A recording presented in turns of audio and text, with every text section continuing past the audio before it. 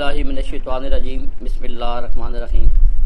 میں محسن رضا ارائیں ضلعی صدر انصاف ٹریڈ ونگ پاکستان تحریک انصاف ضلع سرگودا و نائب صدر پاکستان تحریک انصاف ضلع سرگودا آپ سے مخاطب ہوں۔ سب سے پہلے میں یہ ہمارے جو میڈیا کے دوست ہیں، میرے بھائی ہیں، ان کا میں شکریہ ادا کرتا ہوں کہ جب بھی ان کو میں نے یاد کیا تو انہوں نے میرے ساتھ محبت کی اور مجھے یہاں تک پہنچایا۔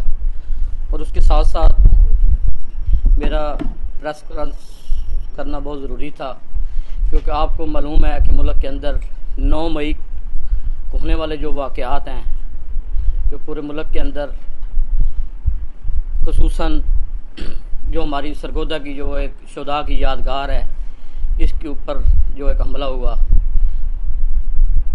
اس کے اوپر میں نے بات کرنی تھی۔ میں اس کی پرزور مذمت کرتا ہوں، کیونکہ آپ لوگوں کو معلوم ہے کہ پہلے بھی بڑے بڑے پروٹیسٹ ہوئے، لیکن آج تک کوئی ایسا سانحہ پیش نہیں آیا۔ یہ جو عمران صاحب کی گرفتاری کے دوران یہ جو جہاں پہ جو بھی معاملات ہوئے، میں اس وقت یہاں موجود نہیں تھا۔ جب میں پہنچا تو یہ تمام معاملات سامنے ہو چکے تھے، تو جس وجہ سے میرا دل افسردہ ہوا، کیونکہ یہ ملک سب سے پہلے ملک کے بعد فوج، اگر ہمارے ملک کی فوج ہے تو ہم پرسکون طریقے سے ہم سوتے ہیں اور اس ملک کے اندر ہم سکون سے سیاست کرتے ہیں۔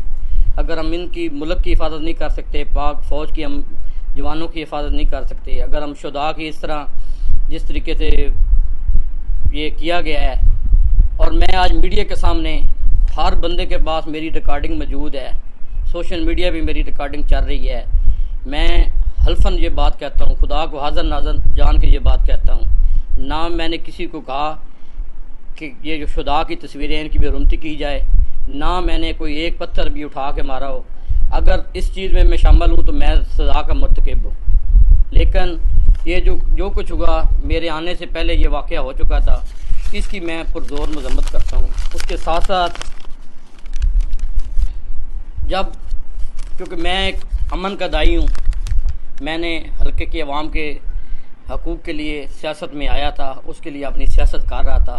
جب سیاست میں تشدد آ جائے، اس لیول پہ حالات چلے جائیں، تو اس حالات کو پیش نظر میرے پاس تحریک انصاف کے 2 عہدے ہیں، میں ضلعی صدر انصاف ٹریڈ ونگ اور مدر باڈی کا بھی میرے پاس عہدہ ہے، نائب صدر پاکستان تحریک انصاف جو میرے پاس ضلع سرگودا کا 2 میرے پاس عہدے ہیں۔